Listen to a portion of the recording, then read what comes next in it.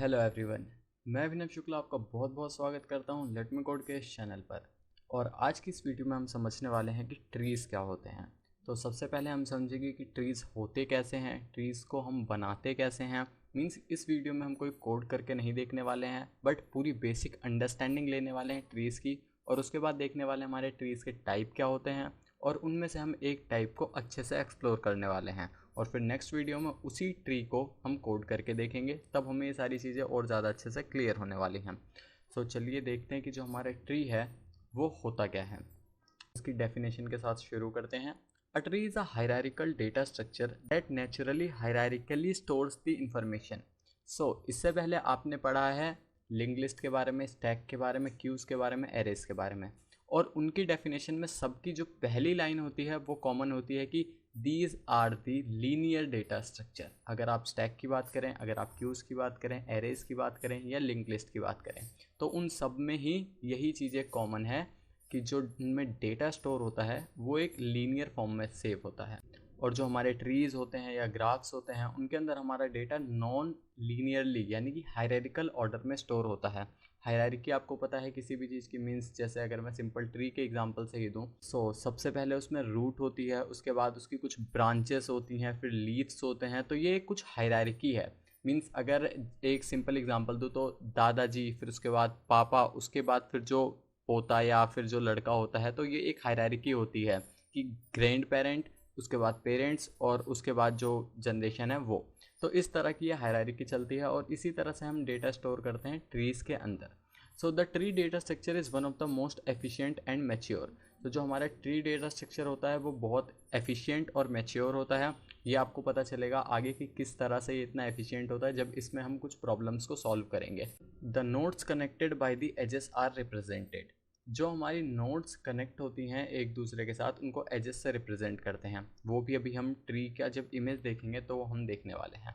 जो हमारा ट्री होता है वो कुछ इस तरह से दिखता है। इस एग्जांपल को पहले ढंग से समझते हैं। और ये जो इमेजेस मैंने ली हैं वो एड्यूबा वेबसाइट से ली है। इसका मैं सारा सोर्सेज का लिंक मैंने लास्ट स्लाइड में डाल रखा है, और इनका लिंक मैं डिस्क्रिप्शन में भी दे दूंगा। आप वहाँ से जाके इसको और अच्छे से पढ़ सकते हैं, एक्सप्लोर कर सकते हैं। इस ट्री का अगर एग्जाम्पल लें तो ये हमारा जो ट्री है, जो हमारी ये नोड है, पहले आती है पी, इसके बाद इसके तीन चिल्ड्रंस हैं क्यू आर एस, उसके बाद क्यू का एक चिल्ड्रन है ए, आर के दो हैं B and C, and S का है डी। तो कुछ हमारे जो ट्री की हायरार्की है वो इसी तरह से दिखती है। और जो पहली वाली नोड होती है इसको हम कहते हैं रूट नोड। ये हमेशा रूट नोड है, और अगर रूट नोड ना हो तो हमारा जो ट्री है वो कभी बन नहीं सकता है। तो आई थिंक आपको ये चीज़ क्लियर हो गई होगी कि हमारा ट्री होता क्या है, किस तरह से इसके अंदर डेटा स्टोर्ड होता है, और किस तरह से जो हमारा ट्री है वो दिखता है। जैसे आपको पता होगा एरे हमारा लीनियर डेटा स्ट्रक्चर है, वो कुछ हमारा ऐसे दिखता है जिसके अंदर इंडेक्सेस और वैल्यूज़ होती हैं। उसी तरह अब आपको ट्री की इमेज भी क्लियर होगी कि किस तरह से हमारा ट्री दिखता है। तो जो हमारे ट्री हैं इसमें कुछ प्रॉपर्टीज़ भी होती हैं। तो इसकी पहले प्रॉपर्टीज़ की बात कर लेते हैं। ये कुछ अलग अलग टाइप के ट्रीज़ में अलग अलग होती हैं, बट जो जनरल हमारी ट्रीज़ का जो डेटा स्ट्रक्चर है उसकी बात करें तो ये कुछ हमारी कॉमन है जो किसी भी ट्री में पाई जाती हैं वो हैं। Every tree has a specific root node. मैंने बताया आपको जैसे कि जो हर एक ट्री है उसमें एक रूट नोड होगी ही होगी। उसके बाद सेकंड है a root node can cross each tree node, कि जो रूट नोड है वो सारी ट्री के नोड्स को क्रॉस कर सकती है। It is called root as the tree was the only root, कि इसको रूट इसीलिए कहा जाता है क्योंकि अगर हम बात करें ट्री की तो बिना रूट के हमारा कोई ट्री नहीं बन सकता। जो रूट अगर खाली भी होगा तो वो हमारा एक ट्री है, यानी कि अगर सिंपल एक भी नोड है उसमें जो कि रूट नोड हुई, उसके बावजूद भी वो ट्री कहलाएगा, चाहे उसमें बाकी नोड्स हों ना हो। तो रूट का होना ज़रूरी है, कंपलसरी है। फिर आता है every child has only one parent, जो हर चाइल्ड का सिर्फ एक ही पेरेंट होने वाला है। जैसे अगर आप याद करें ये एग्जांपल में, तो ये एक चाइल्ड है, इसका पेरेंट एक होगा, ये एक चाइल्ड है, इसका भी पेरेंट एक है, ये एक चाइल्ड है, इसका भी पेरेंट एक है। मीन्स एक पेरेंट के मल्टीपल चाइल्ड्स हो सकते हैं, लेकिन एक चाइल्ड के मल्टीपल पेरेंट्स नहीं हो सकते। आई थिंक आपको ये चीज़ क्लियर होगी, और यही लिखी हुई है कि every child has only one parent but the parent can have many children. Parent के मल्टीपल चाइल्ड्स हो सकते हैं बट चाइल्ड के मल्टीपल पेरेंट्स नहीं। अब जो हमारे ट्रीज होते हैं वो 4-5 टाइप के होते हैं, आई थिंक 6 टाइप के हमारे ट्रीज होते हैं। बट उन 6 के बारे में हम नहीं पढ़ने वाले हैं आज की इस वीडियो में। मैंने आपको पहले ही बताया था। तो आज की इस वीडियो में हम एक इम्पॉर्टेंट, जो सबसे इम्पॉर्टेंट ट्री है उसके बारे में पढ़ेंगे, जो कि हमारा है बाइनरी ट्री। तो चलिए अब बाइनरी ट्री को एक्सप्लोर करते हैं और उसके बाद नेक्स्ट वीडियो में हम बाइनरी ट्री को ही कोड करके देखने वाले हैं। अब जो हमारा बाइनरी ट्री है इसके बारे में कुछ जान लेते हैं। The binary tree is the kind of tree in which most 2 children can be found for each parent. मतलब कि जो हमारा बाइनरी ट्री है उसमें मैक्सिमम 2 चिल्ड्रंस हो सकते हैं। जैसा कि अभी हमने पिछली स्लाइड में बात की है कि एक पेरेंट के मल्टीपल चाइल्ड्स हो सकते हैं। बट अब बाइनरी ट्री की प्रॉपर्टी क्या कहती है कि बाइनरी ट्री वो तभी कहलाएगा जब उसके एटमोस्ट 2 चिल्ड्रन होंगे। एटमोस्ट का मतलब या तो एक भी चिल्ड्रन ना हो, या तो एक चिल्ड्रन हो, या टू से ज़्यादा नहीं हो सकते। और बाकी जेनरिक ट्रीज जो होते हैं, जो नॉर्मल ट्रीज होते हैं, उनमें मल्टीपल चाइल्ड्स हो सकते हैं। सो आई थिंक अब आपको ये चीज़ क्लियर है कि पहली प्रॉपर्टी, जब हम प्रॉपर्टीज़ के बारे में डिस्कस कर रहे थे ट्रीज़ की, तभी भी ये चीज़ मैंने आपको बताई थी कि जो हमारे ट्रीज़ होते हैं उनकी इंडिविजुअल भी प्रॉपर्टीज़ होती हैं।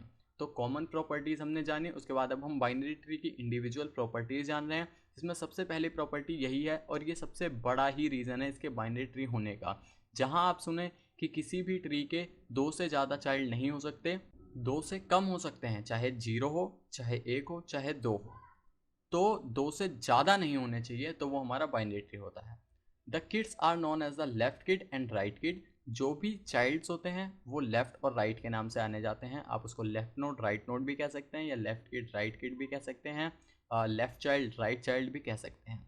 This is more popular than most other trees. तो ये सबसे ज़्यादा पॉपुलर ट्री है बाकी ट्रीज़ के मुकाबले। सो इसके बारे में अब इसकी एक इमेज देख लेते हैं पहले, कि जो हमारा लेट से ये एक ट्री है, ये हमारी रूट नोड हो गई ए, उसके बाद इसका एक चाइल्ड बी है, दूसरा चाइल्ड है सी, तो ये इसके 2 चाइल्ड हैं। अब मैक्सिमम 2 ही हो सकते हैं, इससे ज़्यादा नहीं होंगे।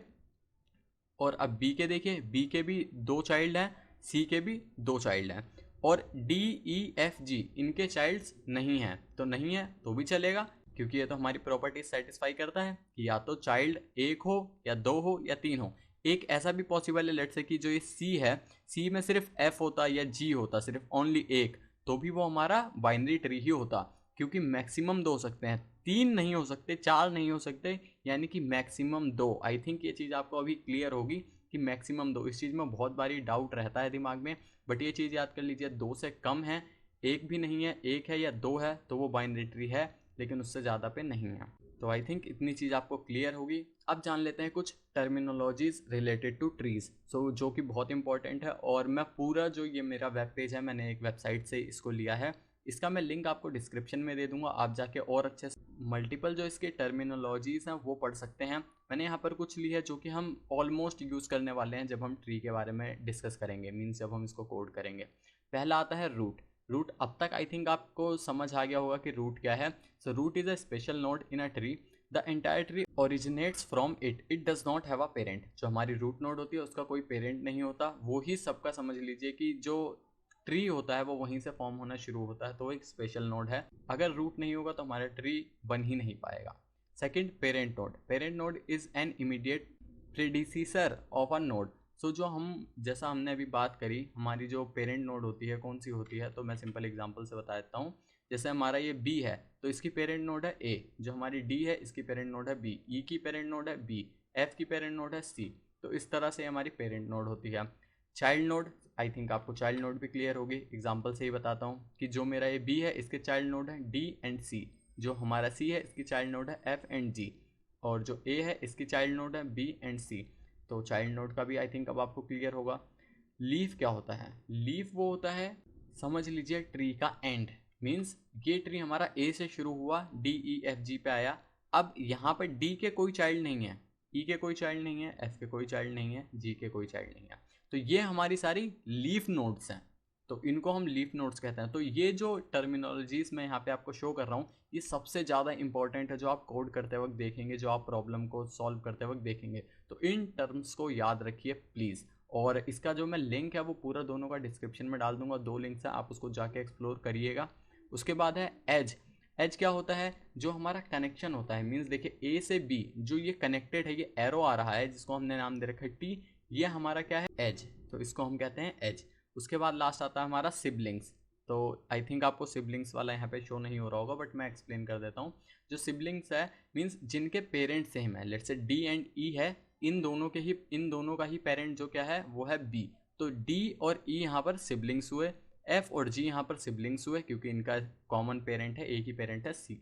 तो बी और सी क्या हुए, बी और सी भी यहाँ पे सिबलिंग्स हुए क्योंकि ए इनकी जो दोनों के ही पेरेंट है वो क्या है ए। और अगर हम बात करें कि ई और एफ तो क्या ये सिबलिंग्स है, नहीं, क्योंकि इनके पेरेंट्स अलग अलग हैं। इसको आप नॉर्मल लाइफ से भी समझ सकते हैं, जैसे जो हमारे सिबलिंग्स होते हैं वही होते हैं। तो आई थिंक ये टर्म्स आपको क्लियर होंगी, बाइनरी ट्री का मतलब क्लियर होगा, और ट्री की डेफिनेशन, ट्री डेटा स्ट्रक्चर क्या होता है वो आपको अब क्लियर होगा। अगर इसमें आपको कोई डाउट है तो आप कमेंट करके पूछिए।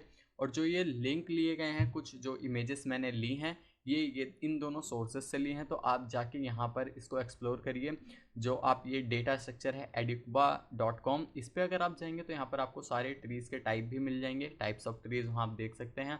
और जो ये mygreatlearning.com है, यहाँ पर आप जाएंगे तो इसमें आपको ट्रीज़ के ऊपर एक अच्छा आर्टिकल मिल जाएगा, जिसमें आप समझ सकते हैं कि हमारा ट्री होता क्या है। इसकी जो जनरल जो हमने सारी चीज़ें आज डिस्कस करी हैं, वैसा ही कुछ आर्टिकल आपको माइग्रेट लर्निंग पे मिलेगा। और टाइप्स ऑफ ट्रीज़ के लिए आप जा सकते हैं educba.com पे। वैसे जनरली जितनी बेसिक चीज़ें आज के लिए हमने समझी हैं, ये इतनी सारी इंपॉर्टेंट चीज़ें हमने कवर कर ली हैं। इसके बाद जो सेकंड चीज़ है वो है कि इसको कोड कैसे करना है, बाइनरी ट्री को। तो हम नेक्स्ट वीडियो में बाइनरी ट्री को कोड करने वाले हैं, और उसके बाद कुछ एक दो प्रॉब्लम्स उसके ऊपर देखेंगे, और फिर और बाकी ट्रीज़ के बारे में समझेंगे। बाइनरी सर्च ट्री हमारा होता है, जेनरिक ट्रीज़ हैं, कुछ AVL ट्रीज़ हैं, उन सब के बारे में हम धीरे धीरे इन फ्यूचर समझने वाले हैं आने वाली वीडियोस में। तो आई थिंक अब तक ये सारी चीज़ें आपको समझ आ गई होंगी, और अगर आपको लग रहा है ये वीडियो हेल्पफुल है, आपके ये काम आई है, तो आप प्लीज़ वीडियो को लाइक करिए, अपने दोस्तों के साथ शेयर करिए, और अब मिलते हैं नेक्स्ट वीडियो में। तब तक के लिए बाय, थैंक यू।